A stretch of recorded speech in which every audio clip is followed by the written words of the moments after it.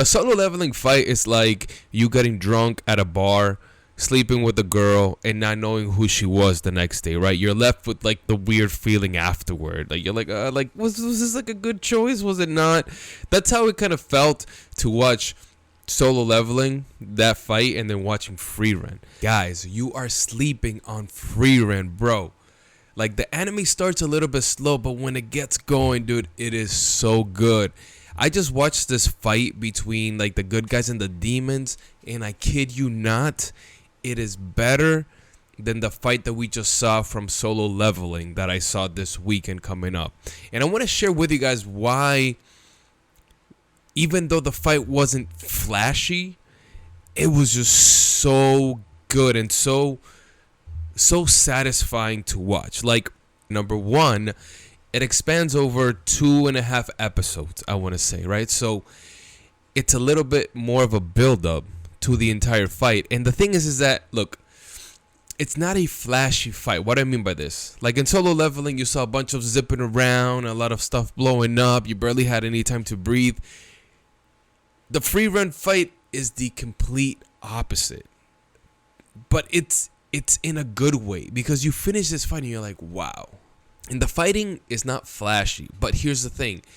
The author and the animation, it just takes his time to show you and to tell you what is happening. And it's not so much, oh, hey, this person is doing this right now. It's through the actual interaction between these demons. For example, the apprentice of frieren, she's fighting this other demon guy, and clearly he is above her in every single way except one. She is able to shoot magic faster than he is. So this one, at first you're like, dude, how is she going to beat him? Clearly she's at a disadvantage, and there's no real like, oh, she's just gonna power up. Like, it wasn't that. You just start seeing him attacking and her slowly like getting the upper hand, and you don't understand why. You're intrigued, like, how is she able to do this? And you see some internal dialogue that clues you into the fact, like, oh, okay, the reason why she's able to keep up with him, or the reason why she's overpowering him, is because she's able to shoot faster. So the genius behind these 2 episodes of this fight is the intrigue in you really wanting to figure out, like, how are these people going to overcome these demons, because it is not quite clear. And it's not just, I'm just going to become Super Saiyan and that's how I'm going to overcome, right? There are different little strategic things that are hinted throughout the fight that you're like, okay, this is how it's going to happen. So for her, it was that. But the thing is that in that fight, at the end, they're looking at each other, and I forget exactly what he says, but he kind of says, like, you're not a true mage, or like, how were you able to overcome me? And he says, like, wow, you're a disgrace to mage. I think that's what it was that he says. So you're like left like, oh, well, why is she a disgrace? Because she can shoot faster? That doesn't make sense. So they're already hinting at, okay, there's something going on.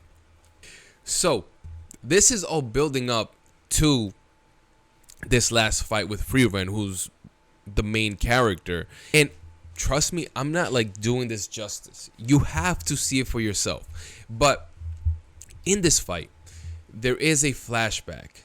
And the cool thing about this flashback is that it doesn't just showcase why she has an advantage. This flashback gives you a greater understanding of the demons and the humans and their interaction, and why they have to get eradicated, and why frieren is the way that she is, and how she's going to be able to overcome. Now, we're all familiar with like key manipulation or mana manipulation, where you can hide your key and all that. And in this case, we find out that from very early on, frieren, from her master, she was taught to subdue her mana, because demons, that's one of the indicators that they look at when it comes to determining how strong you are.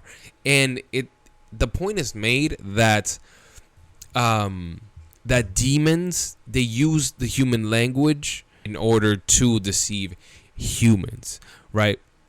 So for a mage, for a demon, you hiding your mana, your aura is disgraceful. You don't do that because part of the way that they function is through a rank, and that rank system is determined on your mana. So for them, you hiding your mana would be unheard of and unthinkable because that is where you draw your worth. So her teacher taught her to control that. And that is one of the ways that she's been able to get the upper hand on demons, because this is something that they proudly flaunt, right? They proudly flaunt, and they would never think of somebody hiding their mana because that's how you gain your status. So, going back to her apprentice, the reason why the apprentice was also able to beat her opponent was because she was also hiding her mana.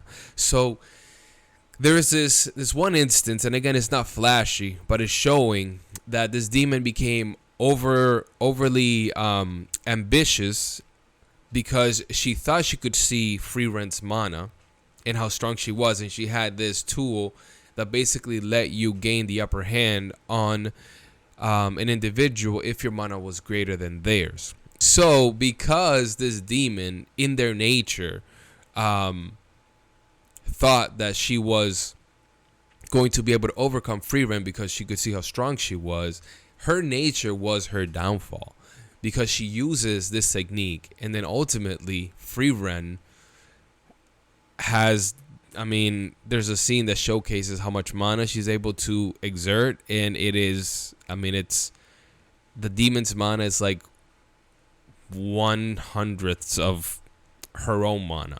So she's able to overcome. And again, I'm not doing justice to this, but what I want to drive home is that you don't have to be super flashy in an anime or in an animation or in a fighting scene in order for you to be effective. Honestly, I think that building that intrigue, people not knowing exactly what's going to happen, how they're going to overcome, is, I want to say, more important than animating a cool fighting scene, because you're in there, you're so deep in the story and what's happening that you just want to see how they're going to overcome, versus some of these animes that we see today where you already know that the hero is just going to power up and they're going to overcome with sheer strength.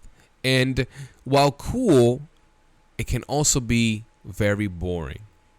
And I think that frieren, man, just does a great job of showcasing how you don't, it's good to have good animation and good fighting scenes and having flashy stuff. Yeah, cool. But the story and the way that you tell that fight is so much more important.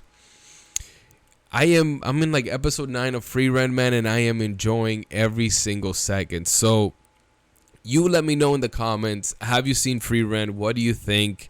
Am I crazy for thinking and enjoying this fight more than solo leveling? Let me know in the comments below, and as always, just want to remind you that we must persevere.